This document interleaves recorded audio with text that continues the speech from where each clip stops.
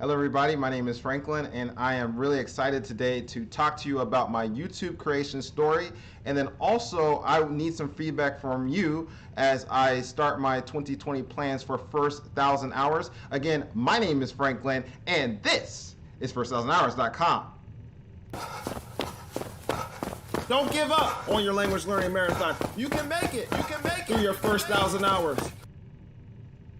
Okay, so I just wanted to tell you what did I do, what was some of my thought process with first 1,000 hours. This will give you a little bit of the background of my mindset for first 1,000 hours. And this chat is going to be, this live stream is going to be a little different because I'm definitely going to try to respond to what you're saying about first 1,000 hours as you are talking, as well as I'm going to tell you, like I said, the background of first 1,000 hours. And please fill out the survey that is in the description of this video. And then I also have some tools that I have recommended or different things like that. And they do potentially contain affiliate links, so I might get a commission if you go through those links.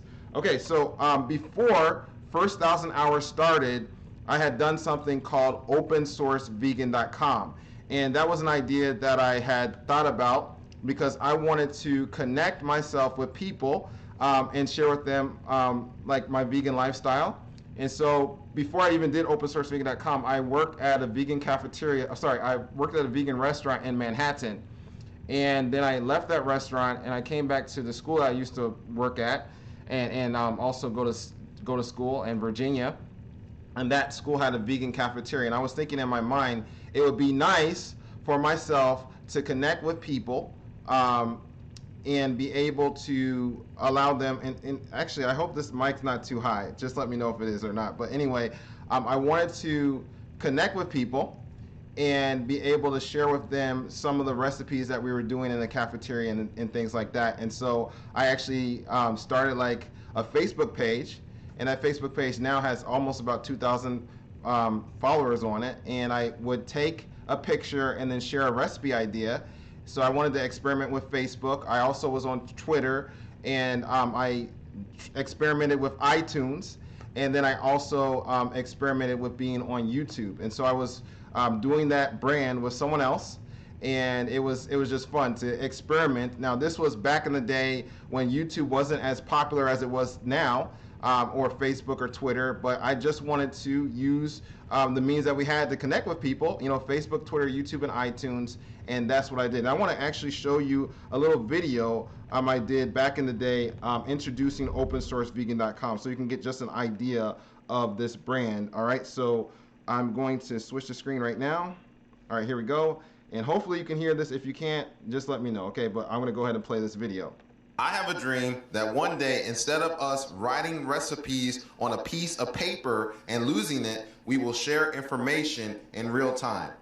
I have a dream that one day we will use technology current to our generation, Facebook, YouTube, Twitter, and iTunes, to spread information pertaining to our physical, mental, and spiritual health. I have a dream that is more than just a dream. It's a reality. It's something I call opensourcevegan.com. Opensourcevegan.com. Okay, so that was opensourcevegan.com. That gives a little idea about it. Now, the significant thing I think talking about opensourcevegan.com is because it allowed me to be creative. It allowed me to learn a lot more about connecting with people on social media. And one specific thing happened is I did a video from my phone, and what I wanted to do is I wanted to do different recipe ideas and show that me making different recipe ideas and recipes and all that. And I decided to share my four ingredient waffle recipe that I had tested out with people for over a year. And I just want to show that video with you. So I'll show that to you now. I'm not going to show the whole thing. I'm just going to show you a preview of that, so you can get an idea about that. And there's something very significant I want to share with this specific video. And by the way, I want to just welcome everybody that's in the live chat. I'm just sharing with you my creation story for First 1,000 Hours, but I'm giving a little bit additional background talking about another brand that I had worked with called OpenSourceVegan.com. All right, and so I'm going to share part of this video with you. Okay.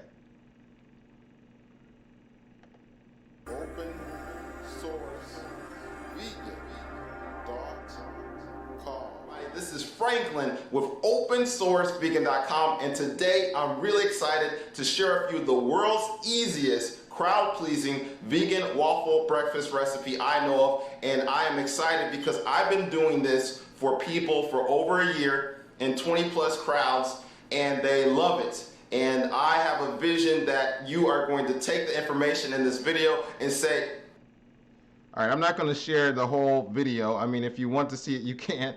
But I really want you to look right here. I don't know if you can see that. I'm going to try to expand that a little bit.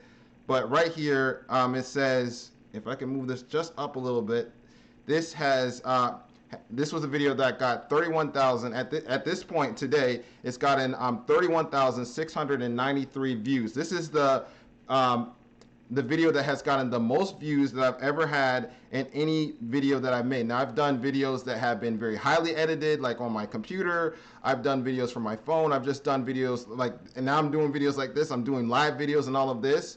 But that was a video that really resonated with people, and it still is getting views today. I want to go back there one more time to show you something else.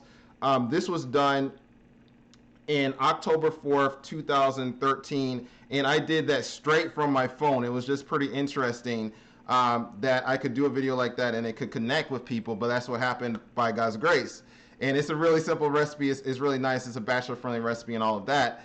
But what happened when I was doing that video is I just did it and then I stopped. I did not even know that YouTube was actually picking it up. It took some time for YouTube to pick up that video, but I stopped. And I have basically, I've uploaded things to this channel. I've actually had about 47 videos or so on OpenSourceVegan.com, but I stopped the channel.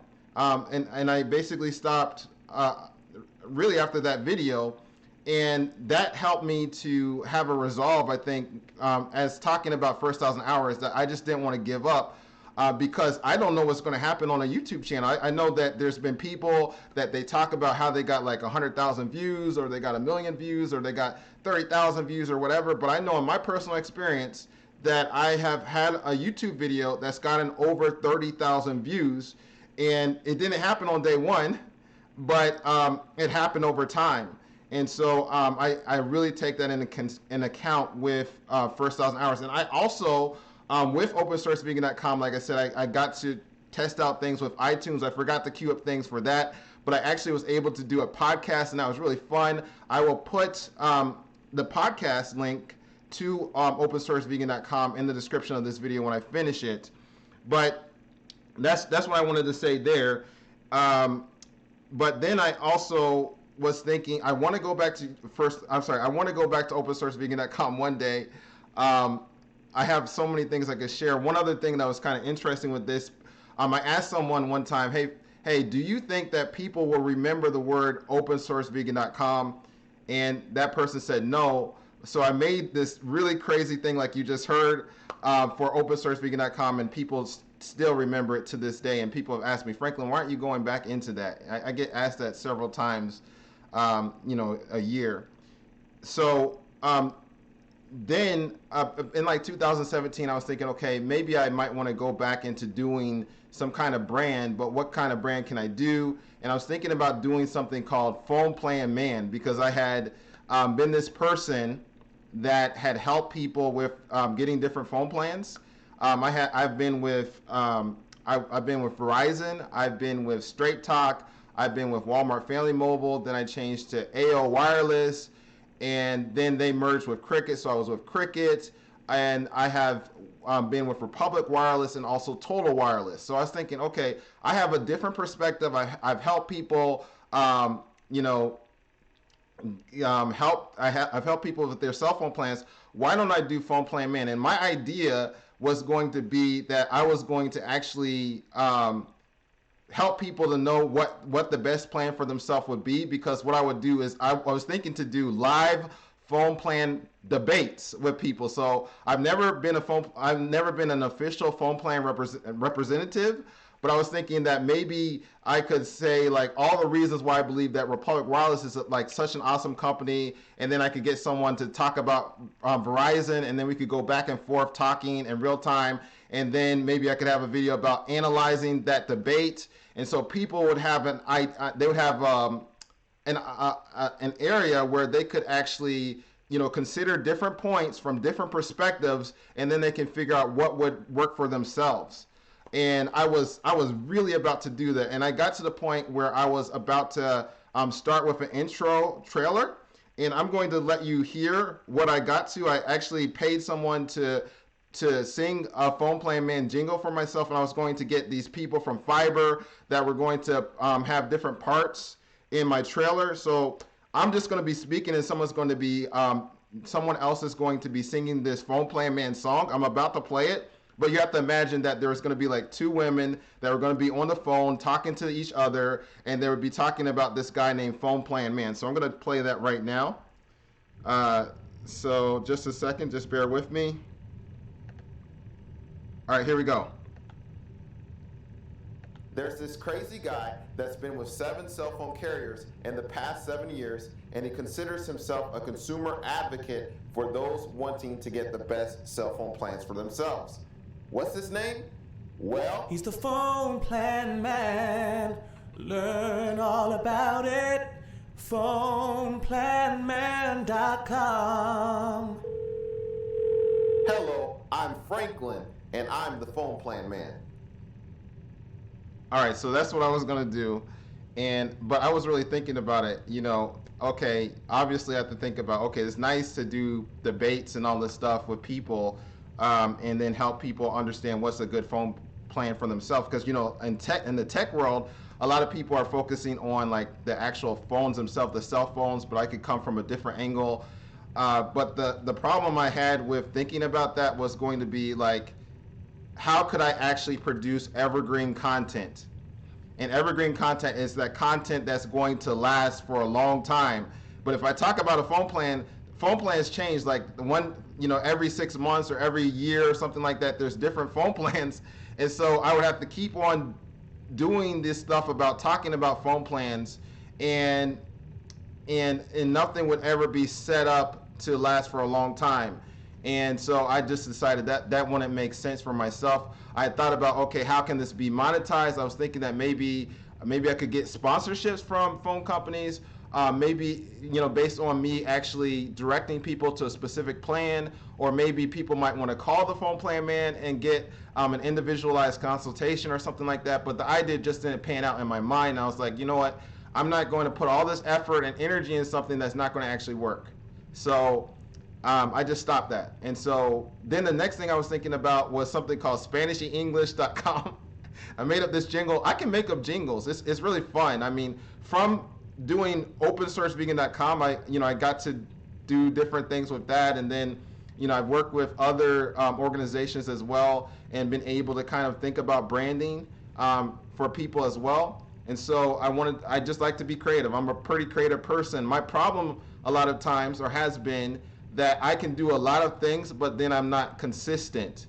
And so I just didn't want to be consistent. I wanted to say hello, everybody that's here at the live stream. I'm just talking about the creation story or the behind the scenes of my mentality for First 1,000 Hours. And then also I am talking about, I think I'm going to be talking about principles that anybody can apply to any type of YouTube channel, but we're specifically talking about First 1,000 Hours in a little bit. Okay, so I decided, all right, I'm not doing Phone Plan Man.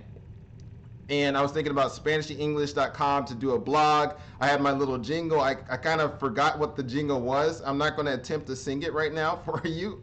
But I didn't, at that time, I didn't know a lot about, I was not that far along in my Spanish journey. And so I just said, okay, well, I'm not going to really do that. And so I didn't do it.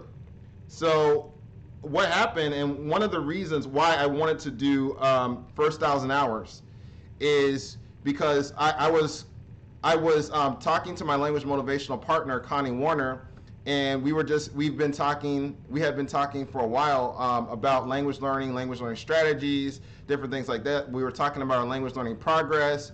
And then one day, Connie said to me, she said, Franklin, you should start a blog. And I thought about that. I was like I had already wanted to do something like that because I like to study about marketing. I like to think about marketing and things like that. And I wanted to do something. I had this idea of content marketing and things like that. And I wanted to be able to do something that I was passionate about, that I could also help people out and all of that. I just didn't know what I should do or what I should go into. And then I needed to do something that was a little bit low cost at the time. And that's one of the reasons why I didn't want to go back into opensourcevegan.com right now, because then I have to pay all this money for food or whatever. So I wanted to do something that would be simple. And so when Connie said this thing about doing a blog, that got my wheels thinking. And then I had to ask myself 6 questions. And I believe these 6 questions, actually it's 7 questions. These 6 to 7 questions are questions that you should ask yourself if you're thinking about starting a YouTube channel or whatever. So I was thinking that I didn't necessarily want to do a blog, but I was thinking in the lines of doing a podcast. And so I had already had previous experience doing podcasts with opensourcevegan.com. And so I decided that maybe I should try a podcast. You know, I had been sending a lot of audio messages to Connie, and what I had also known is that we were talking about language learning strategies and all this, and when I was looking at her example of how she was going so high in Portuguese, that actually affected my Spanish. And I was like, you know what? Because I saw an example of a successful language learner, I was like, you know what? I'm going to step up my game in Spanish. And so I knew that this potentially could help other people. So this is the first question I asked myself. Will this honor God? Now, I think when I think about my personality test, I'm someone that has I took a personality test, and my personality is like the advocate personality. At least that's what this personality test says. I can maybe find the link to that personality test and give that to you so you can even see what an advocate personality is. I'm not saying that I'm always like that, but people that read the description about that were like, yeah, that's Franklin. And so I know that I can promote something if I'm really passionate about it, if I really believe in it and all of that. And so, you know, how this affects really honor God, I think about I'm created in the image of God. I want to be able to develop and cultivate my talents and all of that for Him. And so that actually impacts the way I learn. I just don't want to be stagnant in my life. I want to keep on growing and be able to use my talents to help other people. And we're going to actually be able to talk about the talents a little bit later on this month, because I like to study about the parable of the talents in January to help me with focus. And then also with languages, the Bible talks about having, being able to share things to every nation, kindred, tongue, and people. And then I have been in this school that was a missionary school, and I met so many people from so many different countries, and that actually impacted me as well in terms of language learning. So I was like thinking, okay, how can this honor God? And okay, so that was question number 1, and then I answered that question basically. And basically, like I said, this took me about 2-ish months to think about. I think I prayed about this as well in those 2 months. And then also I had to ask myself, what am I interested in? And this is very important because, first of all, I needed to think about something that I could be not only having a passing interest in, because I know that YouTube is a marathon. It is not a sprint. And so I knew that if I was going to be really serious about this, then I needed to be able to like what I was doing, because I did not think of going back into YouTube really it was podcasting at that time, but what I was going to do with podcasting is I was going to still have a YouTube channel. What I was going to do is I was going to focus on podcasts, but then I would also put it on YouTube. So it would still be in that direction of YouTube. But I knew that, in my opinion, a video is not a channel.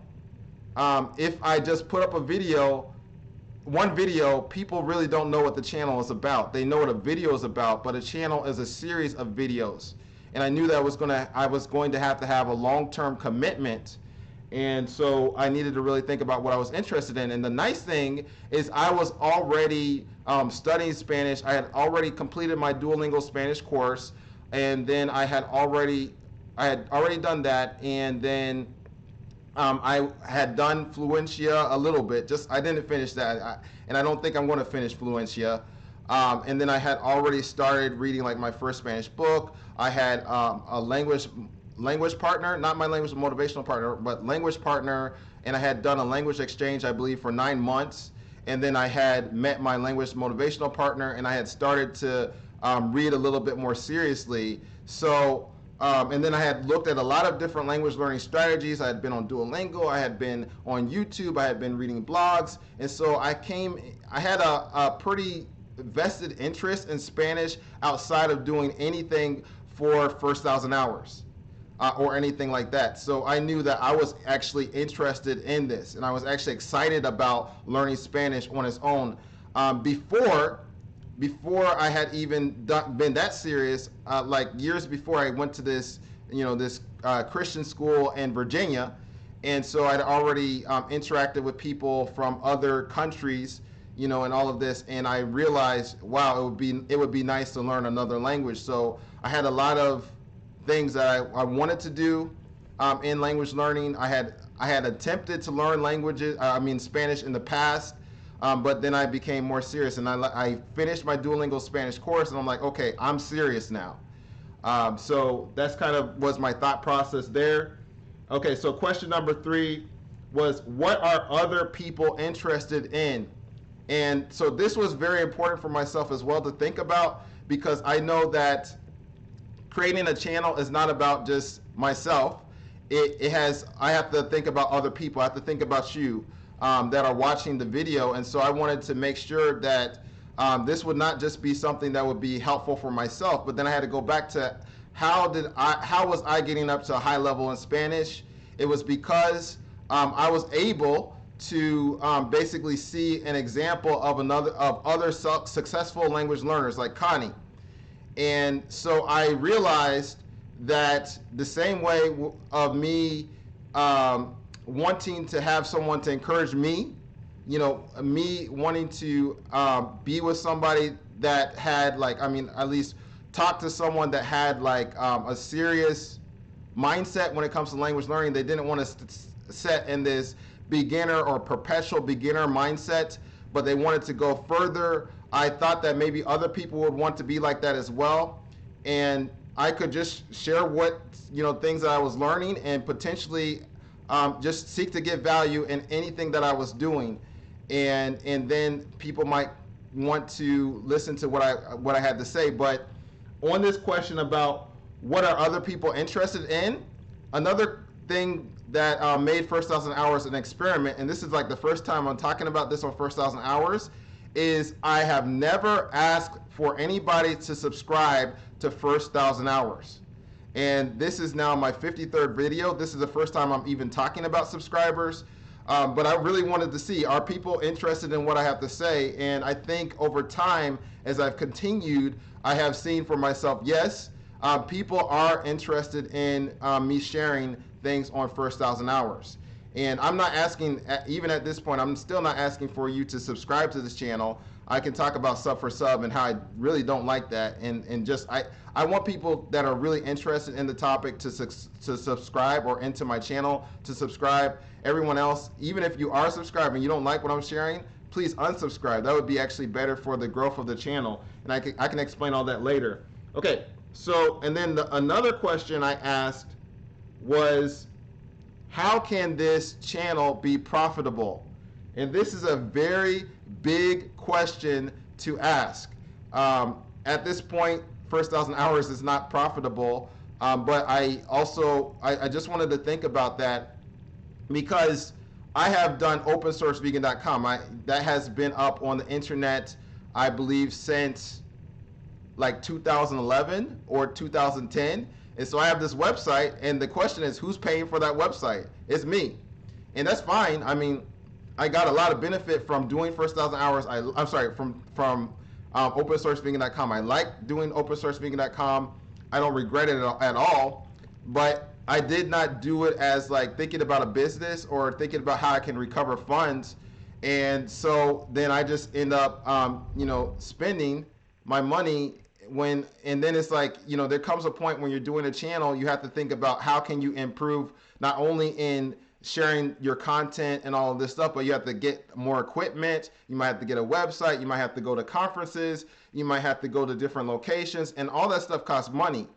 And so I really thought about this one. I was like, how in the world can first 1,000 hours make money, or whatever brand I wanted to do? And so you might be still thinking like, how in the world am I thinking about trying to make money? Number one, I go back to question number 3, which is what are other people interested in? Number one, I have to focus on giving you value. And that's one of the reasons why I'm even asking you to fill out a survey about first 1,000 hours, to let me know what you liked about first 1,000 hours, what you didn't like about first 1,000 hours, and other things like that, because I want to still make sure that I am focused on helping you get up to your first 1,000 hours and fulfill the value proposition of this channel. But this is the thing that happens is as I get to talk to you about language learning strategies, and and I talk about reading and listening to native Spanish material, then I might give a recommendation like I have about like using the Google Translate web extension or using Link, right? The Google Translate web extension is free, but if you use that and it actually helps you, then you might say, okay, well, if that's a good thing, then maybe frankly recommending Link might be good. Or if I'm talking about dual sub and how that can help you be able to have double subtitles on a YouTube video. And actually, by the way, you can go ahead and click this card up here if you want to see that dual sub video. All right. But anyway, you can, you might be able to trust the recommendations that I have more, even if it doesn't matter if they're free or paid recommendations. But whatever I do, I want to give recommendations that are going to be helpful for you. Okay, so as I do that, then I've already thought, even from day one, about, hey, SK Language, nice to see you. I'm glad that you were able to be here in this live chat. Hello, Mika, fasting weight loss. Oh, that's cool. I think I saw you on like a D. Neman live stream or something like that. I mean, on a YouTube live stream. So that's kind of cool that you're here as well. And, feel free. I definitely can interact with you because I can see you. This is pretty cool as I'm talking and all of that. So if you have any comments about like, what you have liked or haven't liked about first 1,000 hours, please feel free to let me know. And please fill out that survey. But like what I'm saying, I have to think about what I always have in the back of my mind. How can I give you value no matter if it's something that's free or paid? Okay. And so, like I said, I've already thought about potential products and services. And so I knew like I was using Link. And so I wanted to be able to use that as something that potentially I could get affiliates from. And now just think about this. Now, I have not gotten any affiliate money from Link. Okay. I've gotten $0. But let's say that someone becomes a paid member of Link. Then that means I think I get about I can potentially get like $2 a month. So let's say that 50 people subscribe to Link. That's potentially $100 a month or $1,200 in a year. So that's something it's not like a lot of money, but it's better than nothing. It's better than not thinking about that. And I think it's good to think about things like that now instead of later, because what if a video blows up? Like, what if a video becomes like my waffle video that I talked to you about, where that waffle video has gotten over 30,000 views?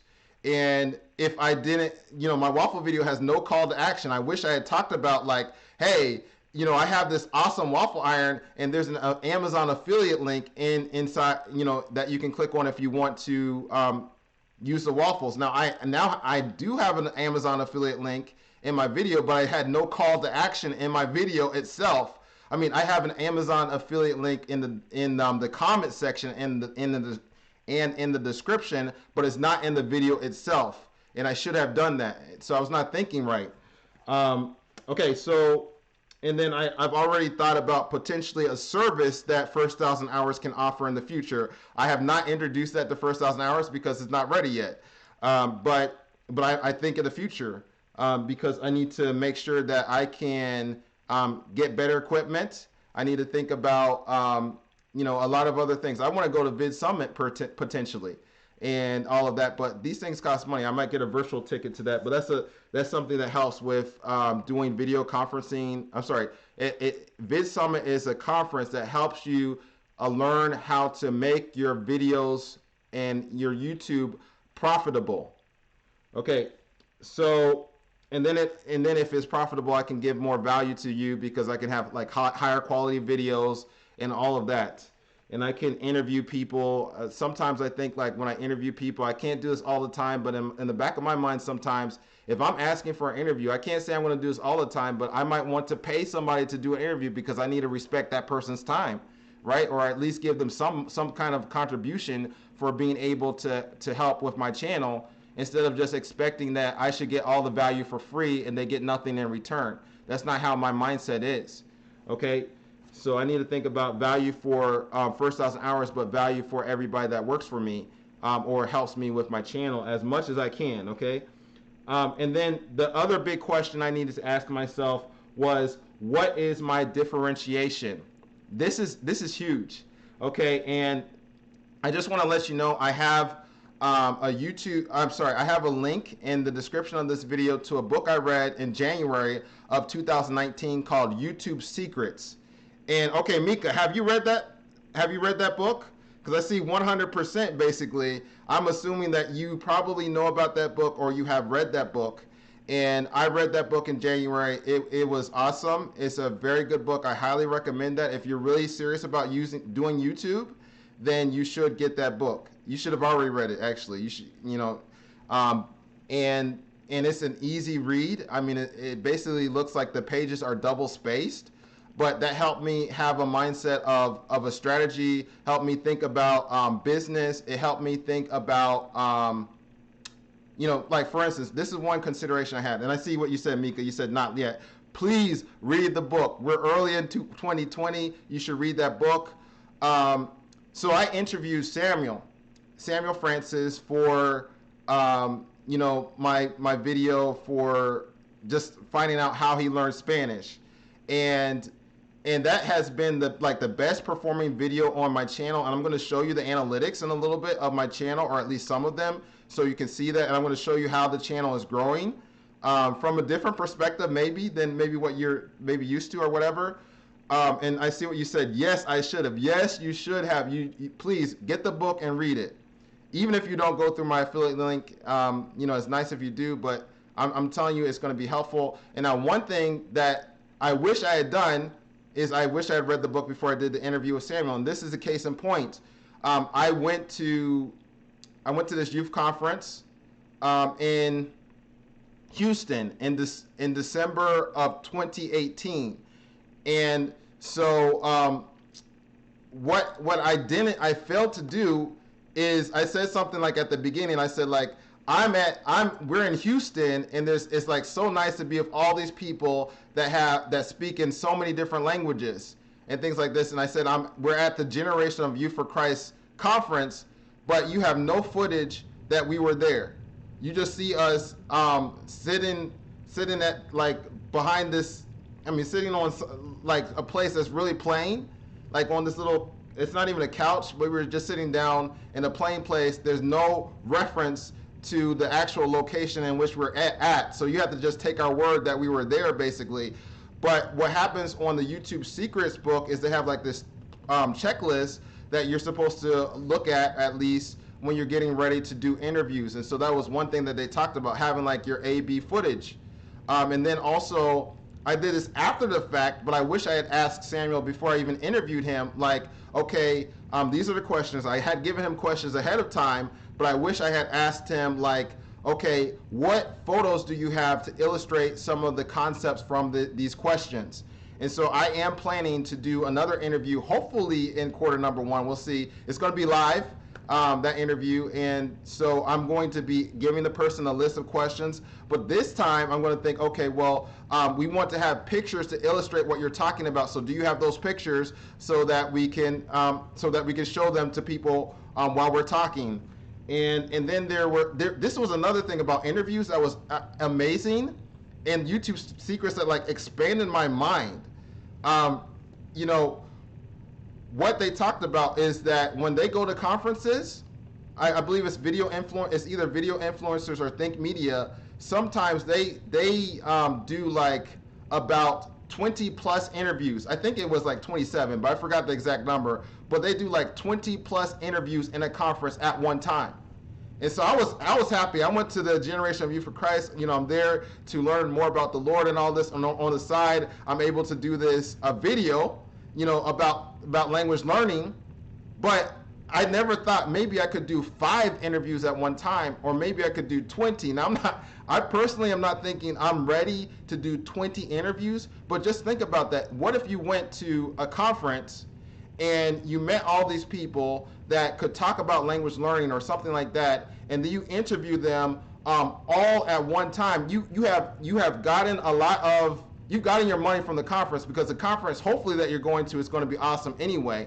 But at the same time, if you do 20 interviews, you almost have half a year's worth of material. So it's like, if you want to be able to do this thing like smart, like one thing that they talk about on the YouTube Secrets book is to batch produce videos. That's a super super smart way to batch produce, like what you're saying, Mika's fasting weight loss. So you know, the concepts are simple in the YouTube Secrets book, but if you just got one piece of value from that, then it's worth it, I think. And I've just gotten so much from that. So I read that book 1.5 times, and then what I did is I loaned that out to 3 people that read it, and then I ended up giving it to someone else that is like they're missionaries to Africa, and so I had them come over and we had a meal and all this, and then I was talking about YouTube because I like to talk about marketing and business and all this stuff. And I was like, man, just take the book. Y'all are going to Africa. Y'all don't have time to be getting this from Amazon. And so I don't have a book, but I'm waiting to get another YouTube Secrets book, because YouTube Secrets is going to be in Spanish. And so guess what I'm going to get to read in Spanish? It's going to be the YouTube Secrets book when it comes out. So I've asked Sean Cannell. I saw him on the Vid Summit live feed, because I got to like kind of look at people being interviewed in the conference. So he was one of those people. So I was on a live chat and I asked, when is the Spanish YouTube Secrets book coming out? And he said it's coming out soon or whatever. I don't know what soon means, but I'm really looking forward to that. So I've asked like him one time, and then I asked on like the YouTube channel as well. I want to welcome everybody that's here. I see there's 6 people. And what we're doing is I'm just telling you about the creation story of First 1,000 Hours, telling you some of the considerations. We're going to go into some of the analytics. And I'll even, I want to know what your feedback is about First 1,000 Hours as well. Please fill out the survey please fill out the survey about First 1,000 Hours as well. Yes, SK Language, getting the book in Spanish is a great idea. Yes. And when it comes out in Spanish, then I can talk about it. And I will be able to talk about that on this channel, because it's a very useful book, and I want to use Spanish as a tool. And so, and I want a copy, and I want a physical copy. Now you can get it in an audiobook as well from Audible. You can get like a free trial of Audible and then get it like that if you want, because especially if you don't want to read and you just want to keep on, you know, going and driving or something like that, then you can do it. Okay, Mika. All right, we're going to go a little bit into your question right now, and then we're still going to go on this creation story. It says, Mika fasting weight loss. What does your channel name mean? So this is the thing. I want to go back to what I was saying about question number 3. What are other people interested in? And that's when I wanted to like really give value to people. So when I have been talking to Connie about language learning and just looking at how people approach language learning, people don't approach language learning from like having a strategy sometimes. And so what I wanted, and people sometimes don't know about the cost of language learning. And so what I wanted to do very quickly was to be able to help people help articulate what the cost of language learning is in very simple terms. And so I said first 1,000 hours. That's one reason why first 1,000 hours is called first 1,000 hours. And so I actually have a video on first 1,000 hours called How Long Does It Take to Learn a Foreign Language? And so you can see that video, and then I share research plus my opinion when we're talking about first 1,000 hours. So, you know, there's a language learning blog that's called Fluent in 3 months. You know, so people are thinking, okay, language learning is only I can learn a language in 3 months, and, you know, people want to do this quick and easy thing. But I want to talk about what is the mindset of a serious language learner. Think in terms of committing 1,000 hours. 1,000 hours, to put that in perspective, if you do it 5 minutes a day, 6 days a week, it will take you over 30 years to get up to your first 1,000 hours. That's different than someone that spends like 1 hour, 6 days a week. It'll take them about 3.2 years. And you can get it lower than that if you want as well. And you know, I talk about doing things in a real world context. So there's a lot into that. And then also the nice thing about first 1,000 hours is it's centered around a goal. So it's not ambiguous, like learning a language, being fluent, what does that actually mean? Let's talk specific here. And so this language learning channel is about me. One of the things it's about is goals. And I think when you have goals, then you actually have some type of direction. And so I wanted to help people to do that so that we can actually meet goals instead of, you know, just saying forever, you know, for the rest of our life, we want to learn a language and then we actually don't. So I have talked about goals and all this stuff as well. So you say, okay, cool, I'm at the gym and on the way here was quizzing my 3-year-old on Spanish because he started his first Spanish class this Monday. Okay, awesome. That is awesome that your 13-year-old has started his class, and that's really good because then he can continue on Spanish. I would recommend as well that he supplements that with things in a natural context or a real world context. I have a video on I have an affiliate link to a video about Nature for Kids Beginning Spanish, and you might like that video. It's a good way to kind of learn Spanish through nature, and I've actually looked at that video and I really like that. So SK Language is saying, did he remember any words? So you can let her know about that. Okay, so I wanted to get back to one of my questions here. It is, what is my differentiation? That's another question that I had to ask myself. So there's a lot of people that are talking about language learning, okay? And so number one is like, who am I to come into this field, first of all, and talk about language learning? Like, what's my qualifications? I want to let you know I don't have a PhD in Spanish. Okay, I don't even have a bachelor's in Spanish. I actually have never taken a formal class in Spanish. If the only thing I've taken that's formal in Spanish has been, if you want to say formal, it was when I was in elementary school, and I took an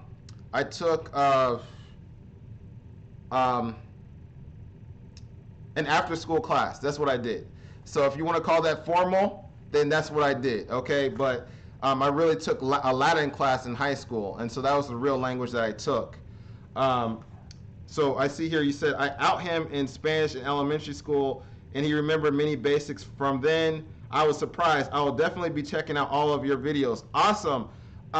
Let's see, Mika, I would recommend if you look at, now SK Language, she actually homeschools her children, and she talks about language learning on her channel on First 1,000 Hours. What I would recommend is, I would recommend all my videos, I guess that's what I have to say, but there's a video called Do I Have to Travel to Learn a Foreign Language? That's a really good one to look at. And then also the natural approach to learning a language.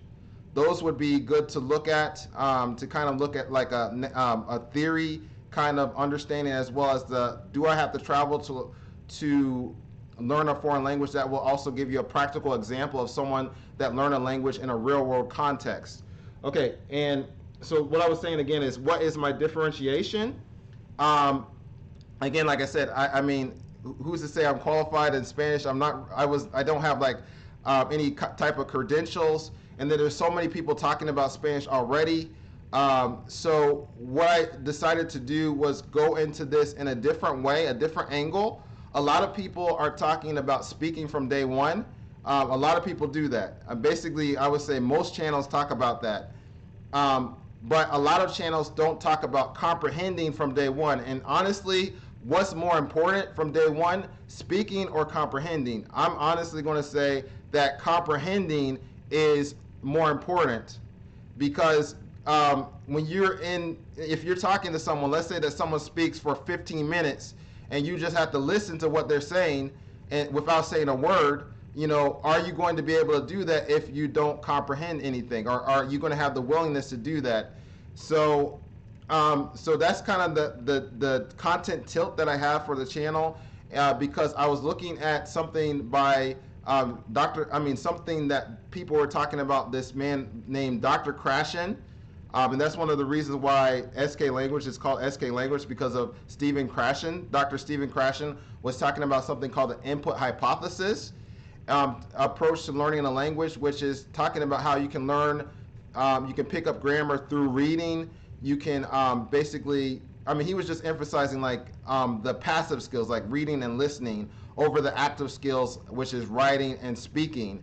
And once you get the passive skills under your belt, then it's easier to be able to have the ability to speak. It's like when we're babies, basically, we do a lot of listening first. We do a lot of comprehending first before we actually speak. And so I knew that I was going from a different content tilt. So that's one of my differentiations.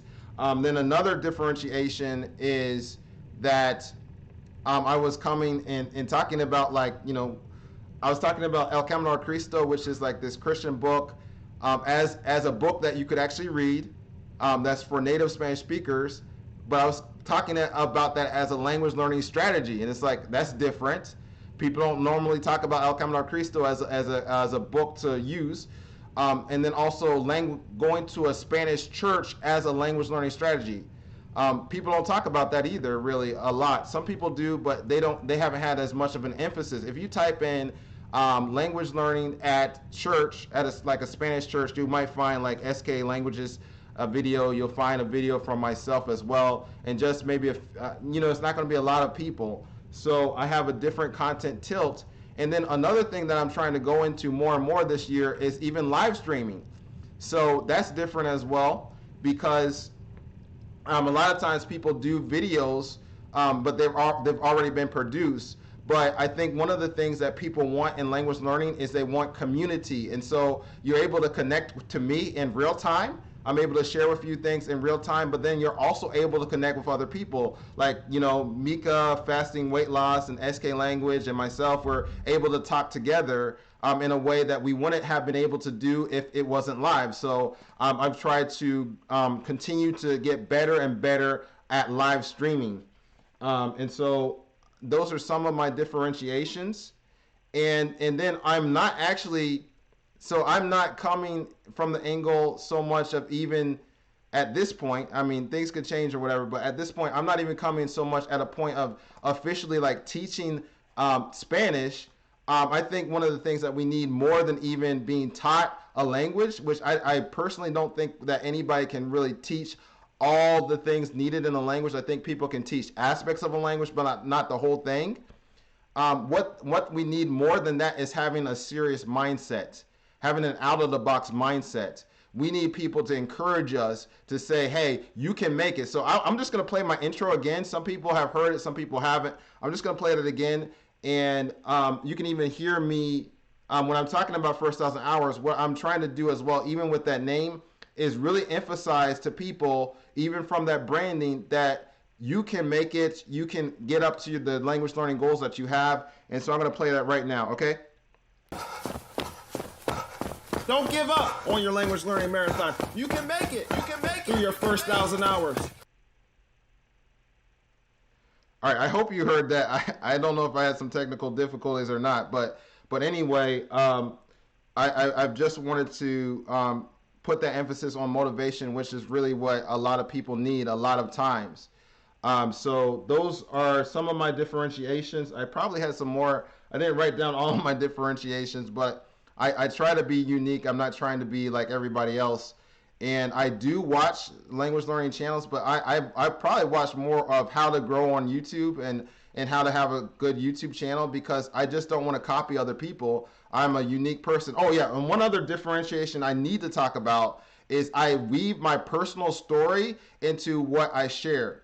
So I could just share a lot of facts and figures and all of that stuff with you, but I think that because I share my personal story, I become unique, because there's only one Franklin Morris II in this world. And another thing that I do is I share like the progress of my language learning journey. Like I'm going to be focusing on talking about my reading progress. And so there's channels that might come out in the beginning of the year. They might share a few of their goals and all of that, but then you go back to the channel to try to find out, okay, well, what happened with your goals? I did that one time. I was looking at someone that was studying a specific language. He showed me all his books and all this on his channel that he was going to read. And then I was looking to see the next video to see, okay, what did he actually do? And then it was I don't know, it was like a year from that video that had come out, and I didn't see anything. So there's not a lot of channels, I think, to my knowledge. I haven't looked at all the channels that actually talk about follow through. And actually, I want to welcome everybody to live stream. We've actually made history, I think, for First 1,000 Hours, because we have 7 concurrent people here all at once. And so I just want to welcome and thank every single one of you for being here. It means a lot. I've done live streams where I just talk to myself, but I keep on moving. It's okay, and I'll talk more about that in a little bit, I think, as well. Okay, so I just shared with you some of my differentiations. And then for question number 6, when I was thinking about what considerations I had for doing this YouTube channel, one was, can I speak on this for 52 videos? So that was a challenge that I had for myself, and I wanted to really hold myself to that, because like I said, I believe that a channel is not a video, or a video is not a channel. And so people need to understand what a channel is about. And so I also knew I needed to give a lot of value to people, and I didn't think I could just do that in one video. I needed to be consistent with people. I needed to be there to respond to comments. I needed to be there to talk about a wide depth of different things. I wanted to kind of be like what I've seen like Martha Emerson talk about. She said like what she wants to be is someone's source of information. She wants people to type in like Martha Emerson online business, and she wants to just be that source and just give valuable content. And over time, you know, then people get to the point where they get to know you, then they get to like you, then they get to trust you. When you get to that trust stage, that's when you can give you can give really, people will trust your recommendations. But I think too often we want to start a YouTube channel, you know, from day one, and then we just want all these results, but we haven't given people anything. We have hardly even started.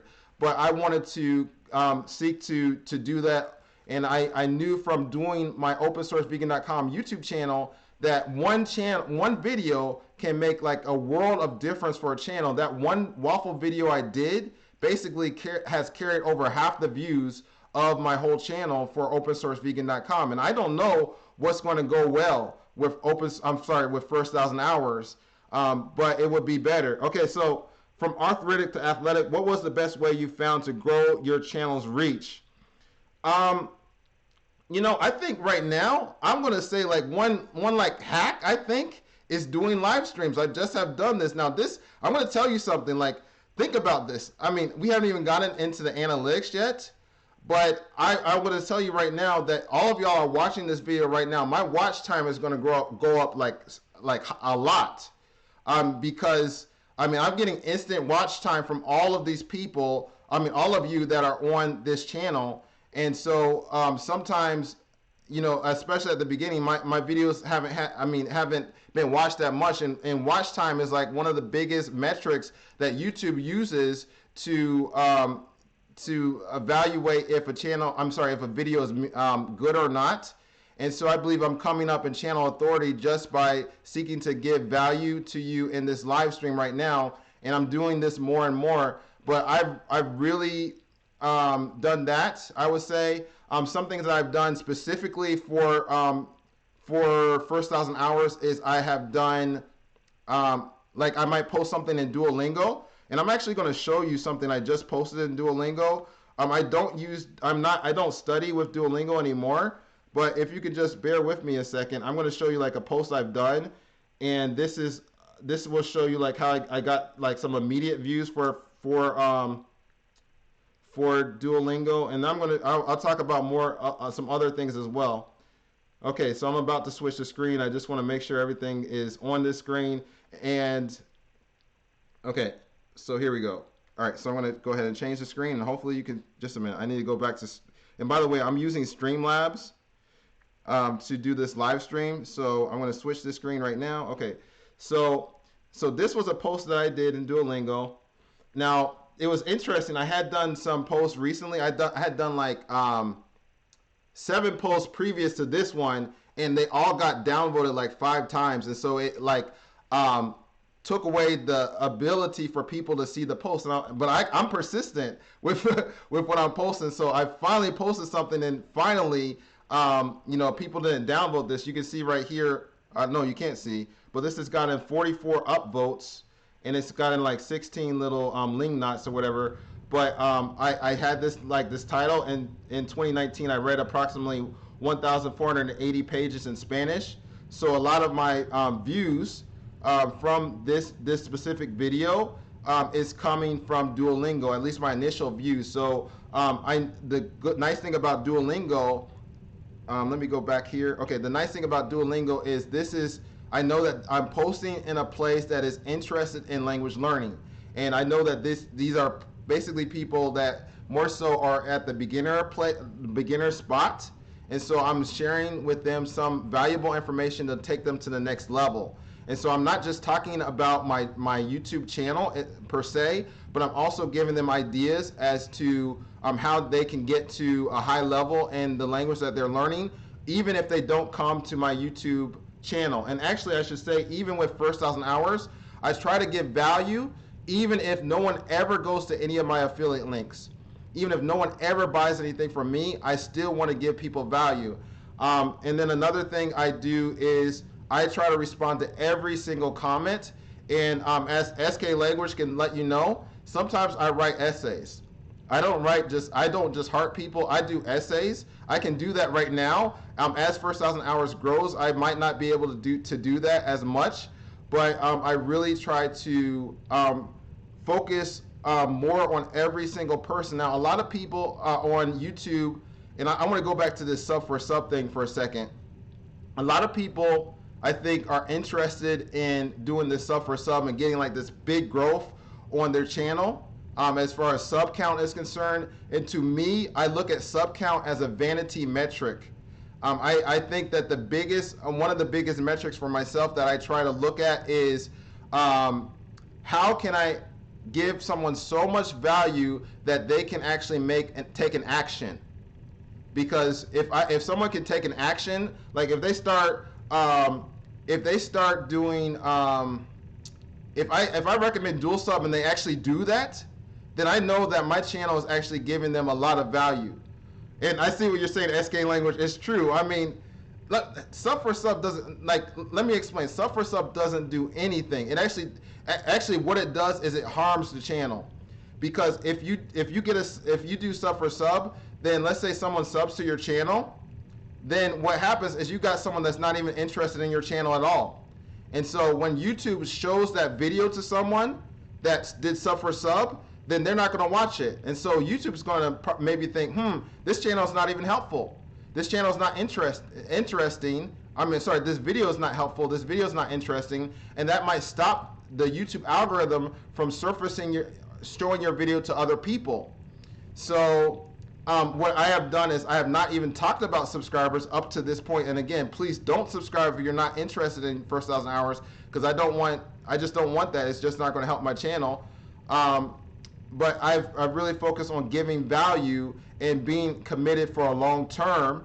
I think we are too interested in instant results, and we're not focused on a long-term pursuit. We're not focused on strategy, and so we don't see those results. Like even doing this live stream right now, there's 4 viewers on here.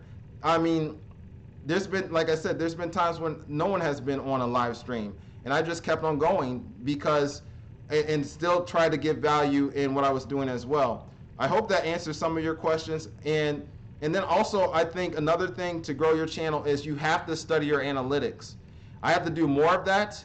You have to know things on the analytics side, I believe, as well. And this is on top of praying. Okay, prayer is important as well. I don't want to take away from that. But there's something called faith and work. So you pray, but then you also have to put effort and works in that.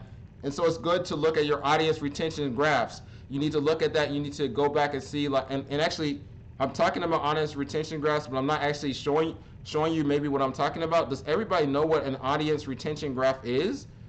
Because I might be saying something that is not even, this might be maybe new to you, but I'm going to show you a little bit on analytics in a second.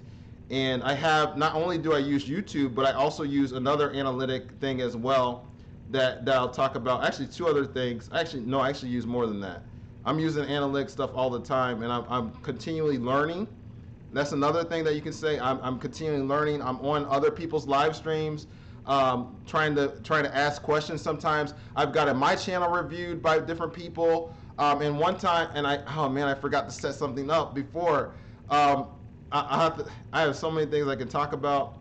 Okay, so I'm going to go to my best performing video, or one of my best. This is my second to best performing video to show you something about audience retention, and that actually is Link versus Duolingo. And that kind of works for me because that's a video that gives people a recommendation, but also, like I said, I have an affiliate link in there. I said, like, no one has subscribed. No one has been a paying member as well, so I've not gotten anything, but I know if that continues to pick up speed, then maybe I can be benefited from that in the future. Now my internet's going slow, so hopefully I can show you the audience retention graph, or I might just have to come back to that in a second because I'm looking at my screen over here on my second monitor and it's just not working. So I want to keep my eye contact on you as much as I can, but I really do want to show you this. I want to show this to you, but I'll just have to talk about it right now.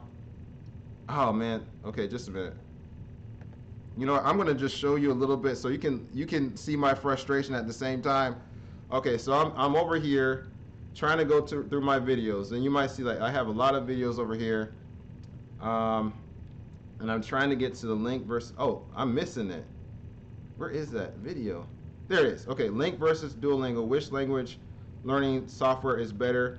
Let me go over to the analytics. What I learned from this, I learned a lot of things from this video. Okay, so I'm going to my audience retention graph right here, and we're gonna look at this. Okay, so there's two ways that you can look at how things are doing. You can look at, like, where are people dropping off. So you can see, like, this video is 9 minutes and 51 seconds long, and people are, I still have, like, halfway into this video, there's 42.8% of people that are still watching the video, which is pretty nice, right? And then, but so people basically, I would ideally like if I can get about 50% of people or more to watch the video, that all the way through, that's ideal. And actually, I learned something from what's his name, Tim Moyer. What he was saying is that you should look at, there's something in YouTube where you can look at end screens shown, like, and if you can get people, like 50% of your people looking at your YouTube end screen, that's when you really know you're doing well with your videos. Now, I haven't gotten to that point of like 50%, but it's good to, like, go deep into your analytics to see that. But then there's something else that I want to show you called relative audience retention. So this is how well the video is doing based on videos that are of a similar length, and it's not based on any type of genre. So it could be, this is me compared to gaming videos, compared to, vlogs, compared to everything. And you can see at the beginning, which is pretty cool, it's above average, and it stays above average for almost the first 3 minutes and 41 seconds of the video. Obviously, you see there's a dip right here where this is average, but it's just pretty cool right here, and then it goes down, and then it goes down right here. So I can like look at, okay, where I can go ahead and click right here, and then I can find out, okay, why did it go below average, and then kind of see, okay, maybe is there anything I could improve to help with the audience retention at that place. Now, I'm going to go ahead and show you my screen. I'm going to go back to Link versus Duolingo in a second. I want to show you my face. But one thing that I realized when I had done my other videos on Link is that my audience retention definitely was not being kept like that. I was doing these long 45-minute videos, but people just dropped off really a lot more quickly, relatively speaking, in the 45-minute video. So I decided, like, let me try a shorter video and let me get more to the point and see if that would change anything, and it actually did. Now I want to go back here because I want to show you more things about Link versus Duolingo. If I can go back, come on, you can go back. Yay, okay, good. So look at this, look at the watch time here. Okay, so you look at since published. Let me go over here to engagement. Okay, do you see this? Like, okay, so for the first, this is one that I didn't go on Duolingo, I didn't go on Link, I didn't tell anybody like, hey, this is what I'm doing or whatever with this video. I didn't really promote it anywhere, I think. I just let it be kind of organic. And you can see right here for like the first, I forgot when I published this. This was in August 18th. And then like, okay, August 26th, it's only been viewed for like 1.6 hours. But then you can see like now we're going to like August 29th, then you can see like it's going more exponentially, more exponential growth relative to that video. So it just has worked, but I was just thinking about my audience, thinking about how I could improve my delivery, but that was based on looking at my analytics. And then another thing I could say with Link versus Duolingo, I'm going to go to YouTube, and actually I want to save this page. I'm going to get out of this and I'll go to YouTube. I'm going to show you something else with this in a second. I'm going to get that queued up if I can. All right, so I'm going to go back. I'm going to go here to YouTube, and I want to show you something that a lot of people did not consider, and this is something that you need to think about when you're thinking about like what videos to do. It's good to pay attention to search terms in YouTube, and that's what I really paid attention to when it came to Link versus Duolingo. So I'm going to show you my screen again. Oops, wrong one. Sorry. Wrong one again. Okay, so here I go. I'm going to type in Link verse. Let me go maybe to his I don't know, library. Sorry, just bear with me. All right, let me just go back to homepage. Okay, let me go back. Okay, Link versus, I typed in Link versus, and look, it auto-populates. You see that right there? It auto-populates, and then it says, okay, Link versus Duolingo. Link versus, I don't even know how to say that, Pimp Slur, Link versus Memorize, Link versus Relang. So a lot of these things, these search terms, there's no real specific dedicated video for those search terms. So I'm already thinking in the back of my mind, I might want to do a video about Link versus Relang because there's no video about that to my knowledge. So I'm going to just go over here to Link versus Duolingo, for instance, and let's see what video comes up. We already know what video is going to come up. It's mine, okay? And it's interesting, if you look at this, right, it only has 288 views, right? But you have this other channel here that has 81,000 views, but it's not a specific video that answers the question in the way that I do. So I was looking at what people are actually searching for to help me with my videos, and so that's where you have to, it's good to know about keyword research. It's good to have some idea of what people are searching for on YouTube. Now, not every video maybe has to be a video where you're, I think especially if you're starting out on YouTube, you should be thinking about searchable videos. Now, I didn't necessarily totally do that, so I kind of broke my own rule, but I do more and more put an emphasis in searchable videos. Okay, so that's what I have to show you there. And even you can see right here, this shows you like, this is something from Keywords Everywhere. This is not even something that I even put in my description. I have to put this one in the description, but I use Keywords Everywhere to kind of find out about the search volume. Now I know that this video, if you look at this, it says volume 110 per searches a month. With keywords everywhere is telling me that it's not a highly searched term, so that might not even be the one you want to do. But if you're like a small channel or something like that, you might want to kind of take over those little small terms so that you can kind of grow. And so that's what I've done, and I expect that this link versus Duolingo video is going to continue to grow more and more and more and more as time progresses, because the more people YouTube surfaces this video to, I believe the more it's still keeping people's interest, even though it was done in August. And so that's what I can show you there. Now, also, another thing I wanted to show you, when I'm talking about growing my channel's reach, is something I'm thinking about for 2020. I'm going to show you another tool that I use. This is called MorningFame. And has anybody actually heard about MorningFame besides From Arthritic to Athletic? And by the way, I want to give a shout out to From Arthritic to Athletic. I really recommend that you check out the first video because it's really awesome. You see a lot of creativity in that video, and it's chronicling someone that I know's story of how he is, Daniel, how he's able to, he has that goal of overcoming like juvenile arthritis, as well as Lyme's disease and all that, and becoming an athlete. And so he's being able to take you along his journey. So I've been sharing that with a lot of people. So I wanted you to know about that. Okay, but let me show you what I'm also thinking about with channel growth right now. I kind of look at what is doing well on my channel. And so if you want to get MorningFame, I do have an affiliate link to MorningFame in the description of this video. And you only can get MorningFame through someone else's link anyway. So why not let it be first 1,000 hours?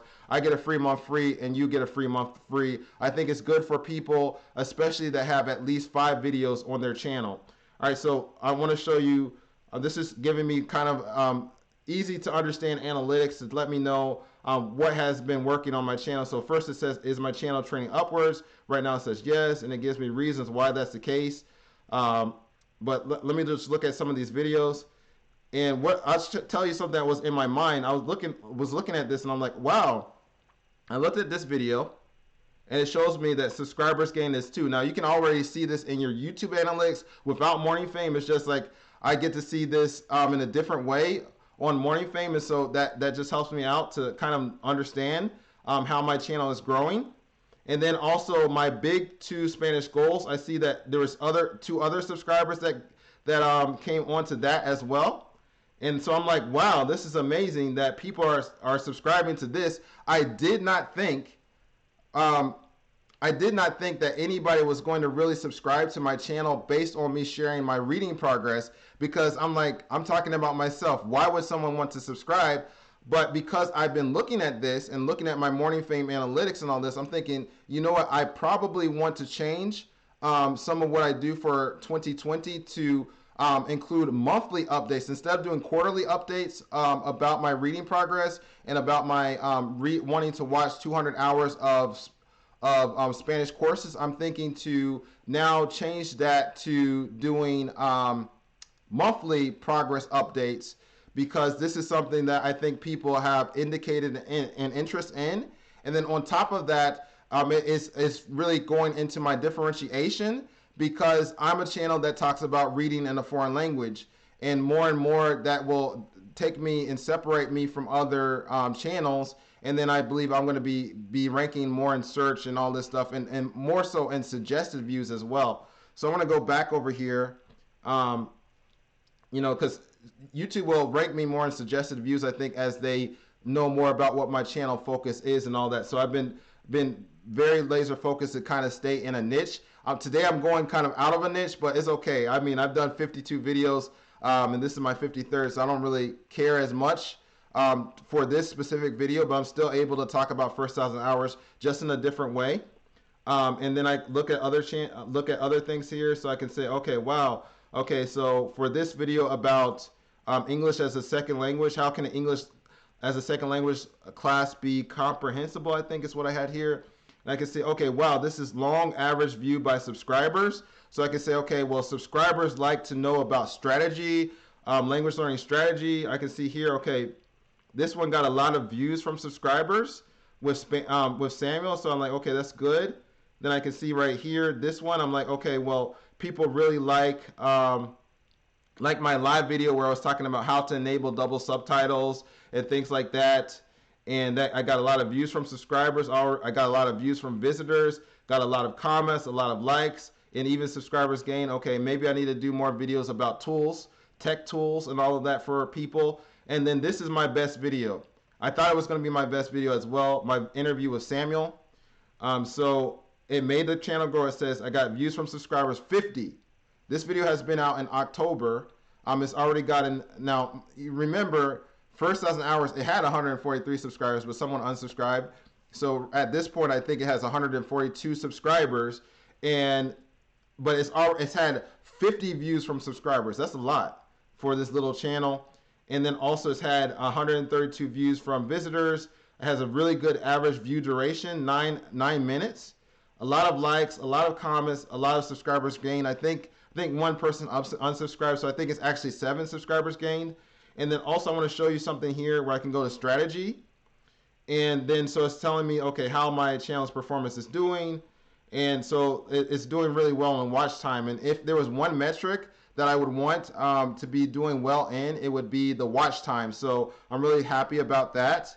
And then also the engagements average, subscribers is average. So I'm going to enter the workshop here. And then it's going to tell me like, what should I do if I want to grow the channel? And so if you look at this, it says that I should do the video with Samuel. That's kind of obvious, right? Like do videos similar to that. I should do a video similar to he taught himself Spanish. I should do a video similar to the tech tools, and also comparison, like Link versus Duolingo. So I probably will do Link versus ReadLang. Like I said, I might want to do other comparison videos with language learning tools. One of the reasons why I want to do an interview is I know that the interview worked with Samuel. So I've already asked someone to do the interview. It's just about me trying to get myself together for that and all of that. And so I'm able to do these live videos. And so I'm in training basically as I do the live videos to know how to do these videos more and more effectively. And then I will be able to probably put someone in a Skype call through Streamlabs, which is what I'm using, or I might want to use StreamYards, which I might do as well. I'm not sure. Okay, I want to go back to the screen, show you some other things like subscribers. It can tell me like what I can do to gain more subscribers. So it shows me the videos I can use, and basically I just showed you all those videos. You can see Link versus Duolingo got five subscribers. If I want to get more engagement, and it shows me like how my engagement's doing, my growth opportunities. Again, it's showing me like the same videos. Basically, the videos that have been working in different categories are like the same videos that I should work on and use. So I want to have paid attention to this. This shows me like, okay, how strong is my channel's performance doing in terms of watch time? So if you look at this, 9 minutes with this one, 4 minutes and 53 seconds with this one, my 2 big Spanish goals. And then even I was really surprised to see Spanish reading progress doing so well, but it is, and even my link increase comprehension video was doing well as well. So I go back, like I said, on the back end to look at how the performance is doing of my different videos, and that is able to help me. Another tool that I used, and I have an affiliate link to this as well, is I use TubeBuddy. And I'm sorry if I'm talking too long. I mean, some of y'all are still here. I have so much more I want to share. It's like I can keep on going. I'm passionate about this topic, about like branding and marketing and all of this stuff. And I mean, I don't have that much more time I can talk about this because I have to go back into my niche. But I want to show you another tool here. And so let me go to, let's see, I'll go to my watch later, and then I'll show you this tool. Okay, so this tool is called TubeBuddy, and maybe some of you have heard about TubeBuddy. Has anybody heard about TubeBuddy before? I'm assuming you probably have heard about TubeBuddy more than MorningFame. TubeBuddy and vidIQ are like the big ones that people will normally talk about. So I've tried like the free version of TubeBuddy. I've tried the free version of I've tried the free version of all of these actually. vidIQ, TubeBuddy, and MorningFame. I have not tried the paid version of vidIQ. I need to do that. And then I am a paid. I got the lowest tiered paid membership now of TubeBuddy, but I like MorningFame the best so far. And there's a lot of. I mean, MorningFame also has a keyword research tool that you can use even for free for the free trial for 24 hours. And then even if you get the lowest paid tier, you can use that every 2 weeks for 24 hours. I've gotten the highest paid tier for MorningFame. All right, but I'm going to show you TubeBuddy. One of the features that I like, basically the big feature I like about TubeBuddy is they have something called the Keyword Explorer. And you can see right here, I can click on Keyword Explorer. And then it basically will rate, I can type in some topic ideas. So let's say I want to type in how to learn Spanish in 2020. And so I'm going to type that in and click Explore. And then it's going to let me see how. Okay, you've never heard of which one? MorningFame, vidIQ, or TubeBuddy? Which one haven't you heard about SK language? Okay, so look at this. Now there's two different results. Like if you're using the free version of TubeBuddy, which I would recommend anybody to use, and again, you can go through my affiliate link to get that. At least you will get like the unweighted results, and that will not be based on your own channel. That will just be based on basically not taking your channel in consideration. It'll just let you know if this is a good general term. But then the reason why I paid for TubeBuddy, and I'm paying like $4.50 a month because I'm less than 1,000 subscribers and I use a coupon code that I have in the description. I just wanted to see, based on my own channel, what does TubeBuddy think is good keywords for my channel, and then that's where I go to weighted, and I can say, okay, well, that's good. And so guess what? I should be doing that, right? I should be doing that. People are looking right now, I believe, we're in 2020, and I should be doing a video called How to Learn Spanish in 2020. All right, SK Language, please get TubeBuddy. And I mean, I would get TubeBuddy, and please get the free trial of MorningFame. You have enough videos on your channel that you might as well do that, so that you can basically get like a little channel of evaluation, and then that can help you with going into your long-term strategy for your channel going into 2020. And I would say the same thing with you from arthritic to athletic if you're still there. You know, I've already given you these links. I've already talked to you about basically, I mean, some things, but I'm going in more depth right now. Okay, so those were some things I wanted to talk about. I talked to you about TubeBuddy. I talked to you about MorningFame, and I talked to you about the YouTube secret book. Keywords Everywhere is good. Let me go back over here and show that to you. Like let me type in like how to learn Spanish in 2020 just for fun. I'll just type that in here, and okay, I don't see anything coming up from keywords anywhere. Let me just type in how to learn Spanish. Okay, no, it's coming up. Okay, so it's saying the search volume is low here, based on like it's saying that its search volume is low based on keywords anywhere. But you know, so that's something you have to take in consideration. But if you're a small channel, again, you just have to think about what you can rank for, instead of just trying to rank for maybe higher rankings. And let me actually show you MorningFame, because I didn't really show you like the keyword stuff with MorningFame. So I'll go there in a second, just a minute, so that you can kind of see what I do and what I'm trying to do, even with this live video, what I've tried to do with MorningFame as well. So I'm just getting into the back end, and then I'm going to go to, oops, I went to the wrong thing. I went back to the analytics. You've already seen that. I'm going to go to the keyword tool. Okay, so I'm going to keyword research, so I'll turn this back in here. Come on, you can go there. And you know, one thing I need to do probably for 2020 is sometime in this year I need to get higher speed internet. If I do, then I will have HD quality video. Right now I'm not doing that, so I'm just using the internet. I mean, my video quality is basically as good as my internet, and it could be actually better than that, so I have to think about that, but that's just a side note. So I'm going to go and show you on okay, here I go. I'm gonna go back over here and show you something I've already done. Let's see, reading to learn Spanish. Like, why did I have that title?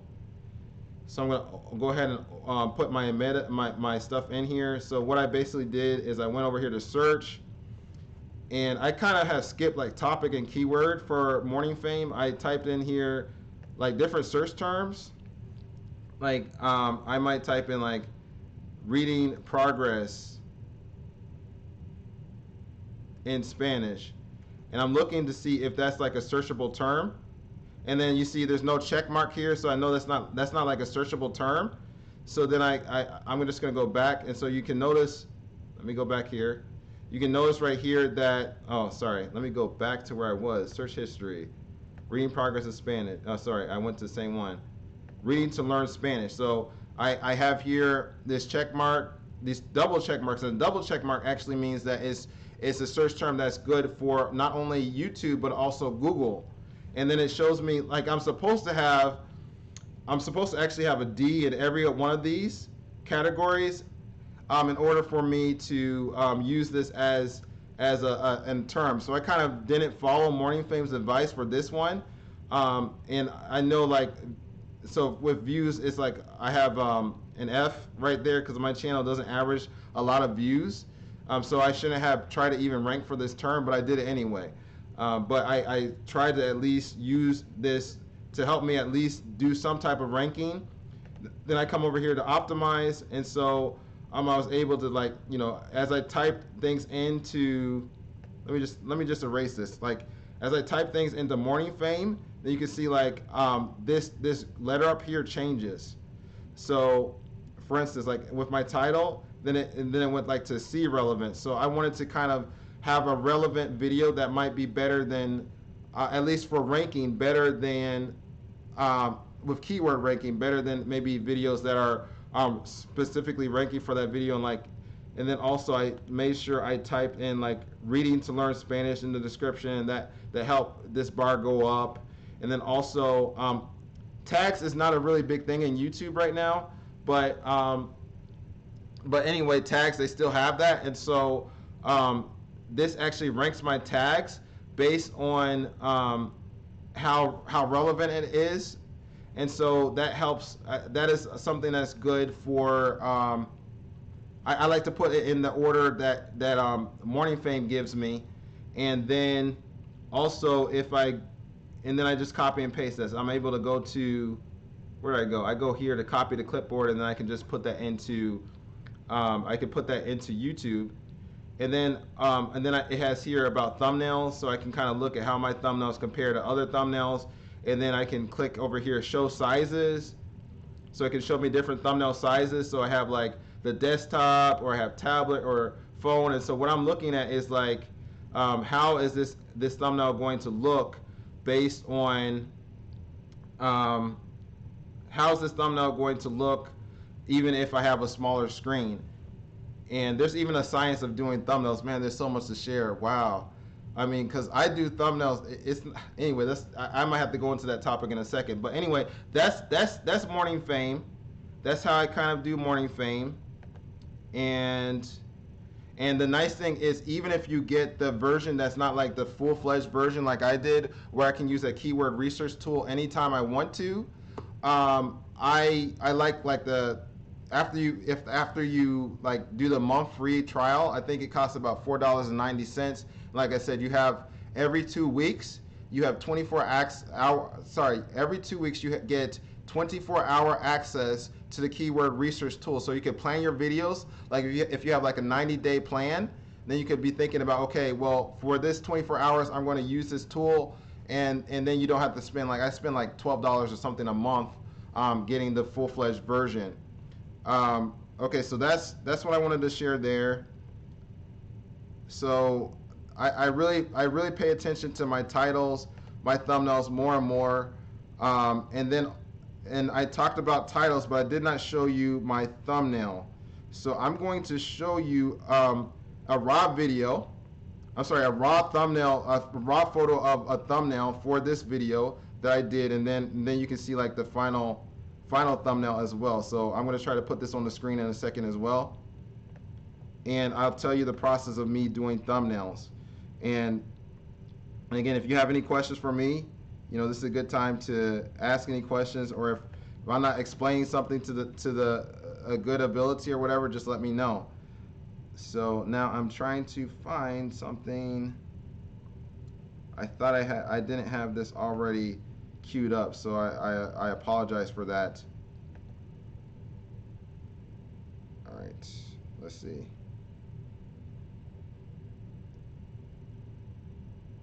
All right, I might not be able to find this. I really want to find this video too. I mean, really want to show you this how I'm able to actually take out backgrounds. I use something called Remove.bg, and so I'm trying to go on Remove.bg right now. And what happens is I take my pictures. Actually, I ask someone else to take pictures for me, and they just do it on their phone, and then it doesn't hardly even matter what type of background I'm in.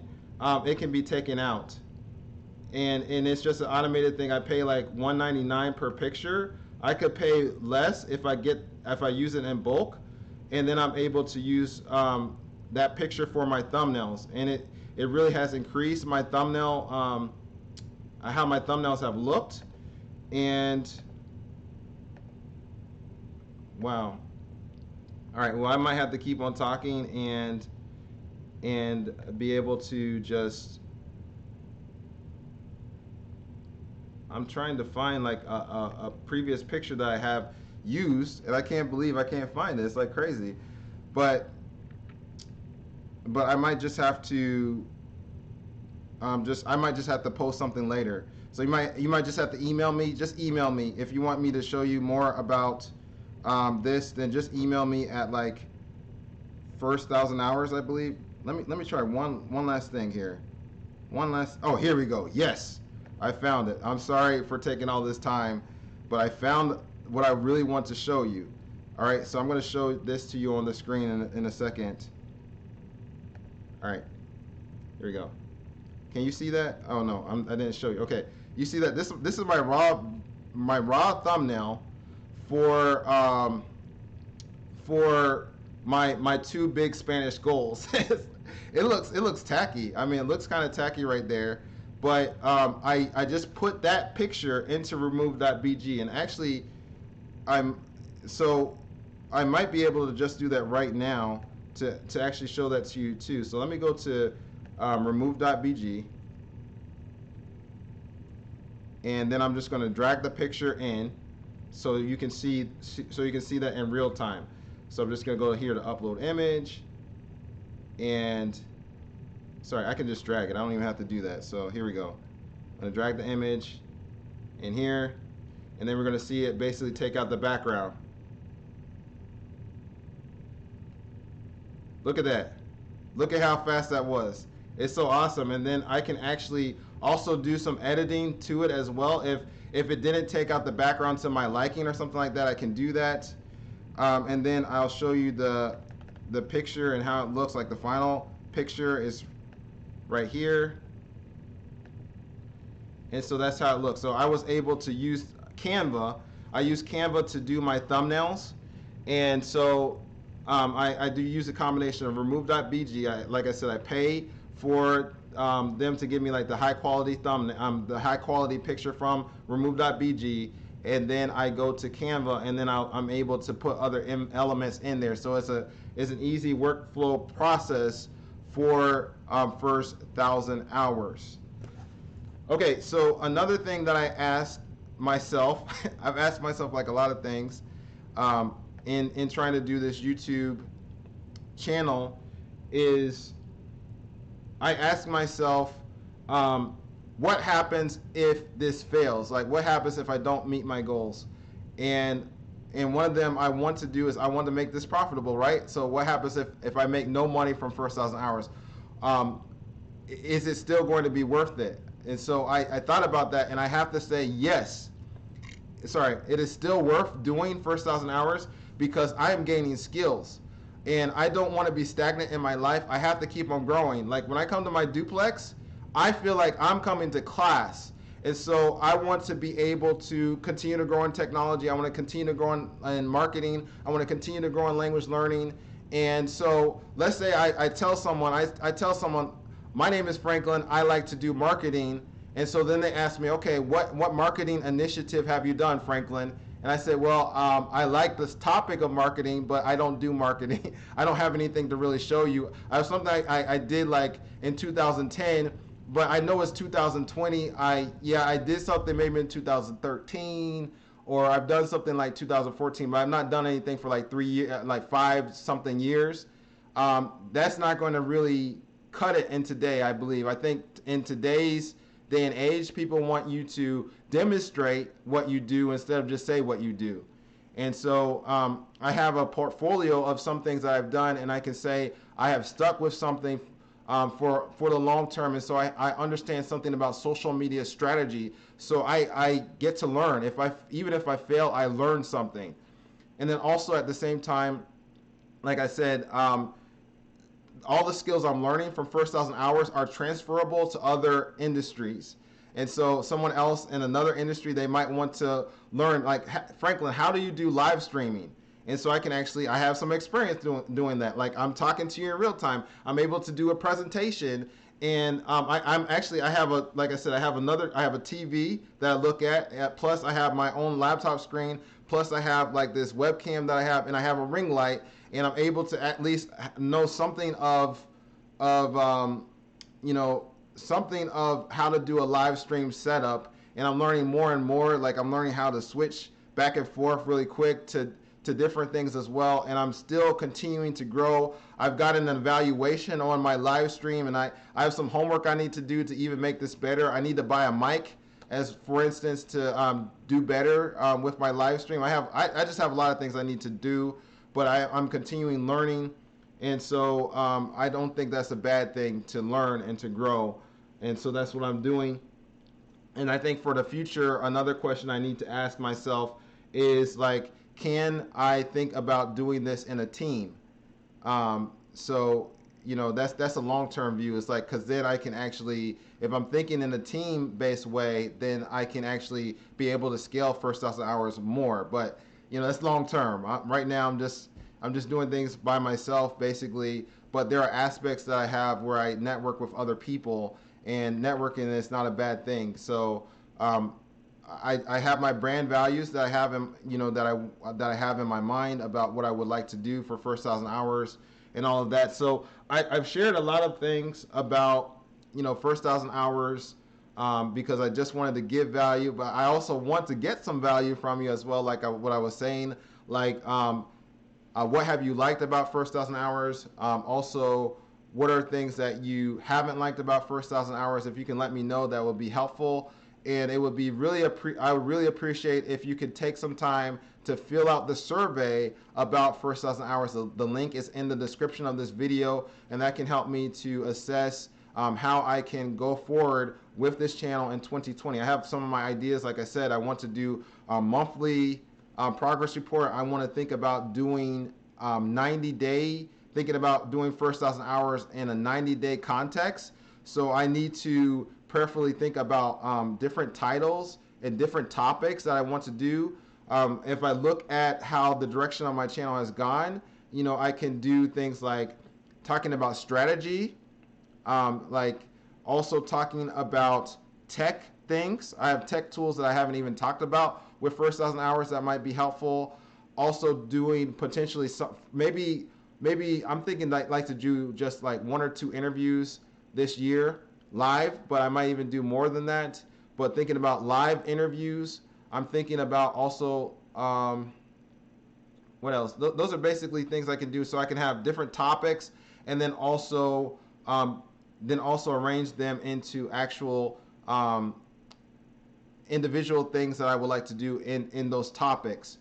And I think I've already said to a lot of you that I want to also turn First 1,000 Hours into a website. So I'm going into the direction of like that. And then when I ask for subscribers, it's not going to be asking for YouTube subscribers. It's going to be asking for email subscribers, because right now I just look at YouTube as a rented space. and so I'm on a rented space. I don't have direct access to my audience at first 1,000 hours. It's basically dependent on YouTube, but I cannot mail, for instance, or I can't get a message to all the 143 subscribers. But if I had an email list and people join that or something like that, then if I'm saying, hey, I'm going live, I can tell people on the email list, and I can do other things that can be helpful for first 1,000 hours going forward. So I mean, I've shared a lot of different things on first 1,000 hours, and that can give you kind of like a little bit of a mindset and kind of like a tech, my tech mind, I think, and my marketing mind, and how that kind of works. That can basically help with maybe things that you are trying to do. And so again, please fill out the feedback survey, and I think that is basically what I have to share for first 1,000 hours. And I want to let you know that you can also see some of the videos that I recommend. One of the videos I would recommend that you watch would be my video about my interview with Samuel. And so I'll put that on the screen, and then you'll also see a video that YouTube recommends. And I hope to see